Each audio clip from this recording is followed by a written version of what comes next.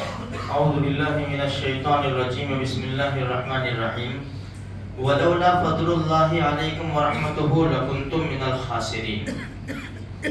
دیکھو قرآن کریم میں کچھ جگہ ہے کہ اگر اللہ کا فضل اور اس کی رحمت نہ ہوتی تو تم نقصان اٹھانے والوں میں سے ہو جاتے. دیکھو ہم غور کریں گے تو ہم جو کچھ بھی چھوٹا بڑا نیک کام کر رہے ہیں وہ سب اللہ کے فضل سے.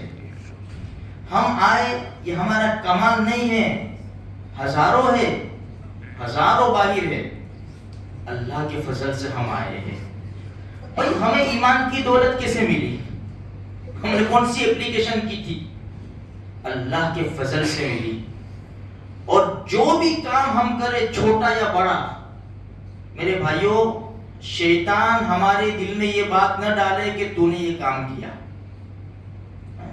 تو نے قرآن پڑھا, تو نمازی بن گیا, تو نیک بن گیا, تو نے بیواؤں کی. جب بھی ایسا خیال آئے چھوٹا بڑا نیک کام کرو, میں نے یہ کام کیا اللہ کے فضل سے کیا ہے. ہمیشہ اللہ کا فضل. اللہ کا فضل نہ ہو میرے بھائیوں تو کچھ بھی نہیں ہو سکتا. نبی کریم صلی اللہ علیہ وسلم نے بنی اسرائیل کے ایک عابد کا واقعہ بیان کیا, مشہور واقعہ ہے. دن رات عبادت کرے لیکن بیوی بچے بھی تھے, کاروبار تھا, کھیتی باڑی تھی. تو انہوں نے یہ سوچا اس عابد نے کہ کوئی ایسی شکل نکل جاوے کہ میں 24 گھنٹے اللہ کی عبادت کروں, سب چھوڑ دوں.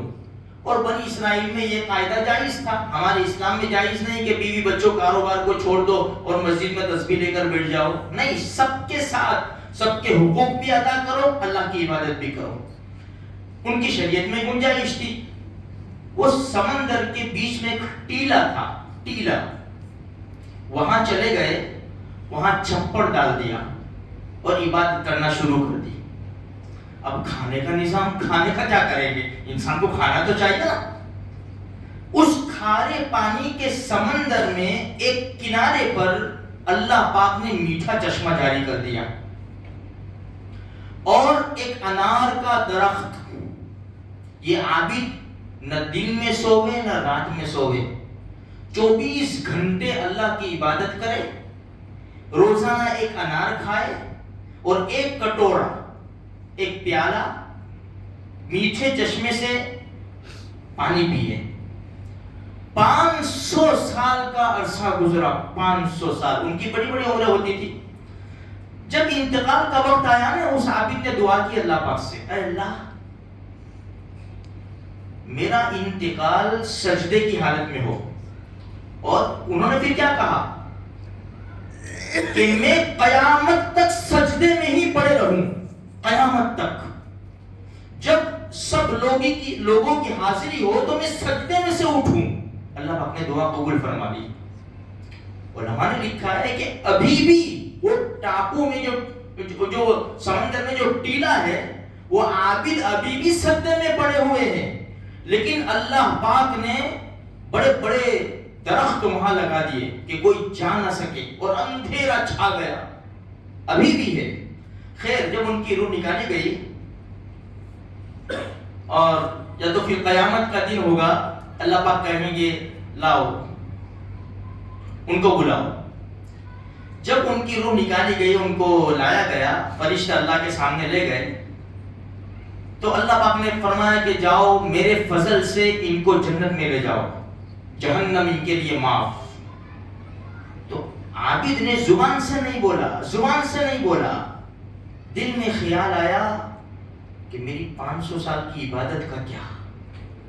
اللہ کہہ رہے اپنے فضل سے تو میرے رکوع, میرے سجدے, میری نماز, اس کا کیا. ایک خیال آیا, انہ علیم بذات الصدور, وہ تو دل کے بھید کو جانتا ہے نا کہ سینوں میں کیا چل رہا ہے, نہیں پتا پاس بیٹھنے والے کو, لیکن اللہ تو سب جانتا ہے.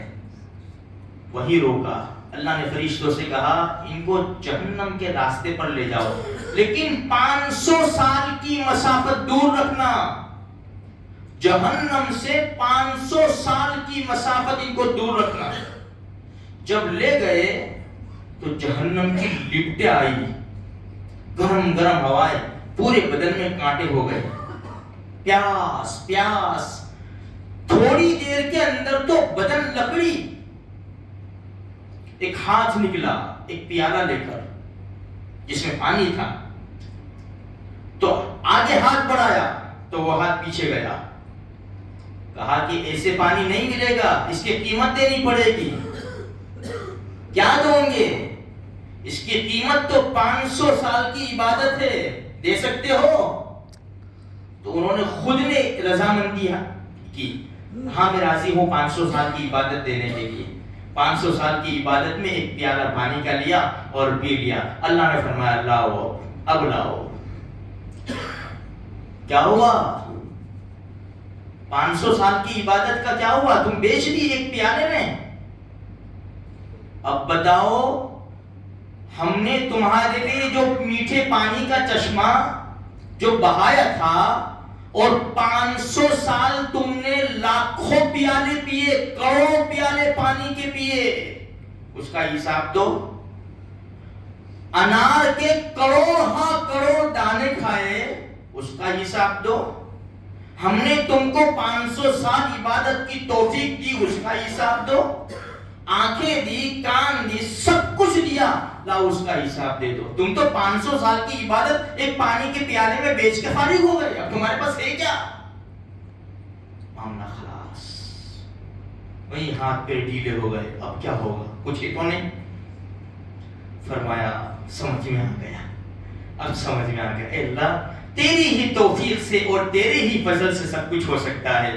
مجھے جہنم سے تیرے فضل سے ہی بچایا جا سکتا ہے اور جنت مجھے تیرے فضل سے ہی مل سکتی ہے. تو میرے بھائیوں، آج ہم جو مسجد میں خدا کے دربار میں بیٹھے ہوئے ہیں نا، یہ اللہ ہی کا فضل ہے. اگر ہم سے چھوٹا بھی نیک کام ہو، بڑا نیک کام ہو، کسی کی مدد کر دے ہم، بس یہی دل میں خیال لاؤ کہ میرے رب کی توفیق سے میں کر رہا ہوں، باقی میرا کوئی کمال نہیں ہے. اللہ تبارک و تعالی مجھے، آپ کو، سارے مسلمانوں کو اس کی رحمت سے زندہ رکھے، نعمتوں سے نوازے، مرے تو کلمہ اشہد ان لا الہ الا اللہ زبان کے اوپر جاری فرماوے اور بغیر حساب کتاب کے اللہ پاک جنت الفردوس میں اس کے فضل سے جگہ نصیب فرمائے.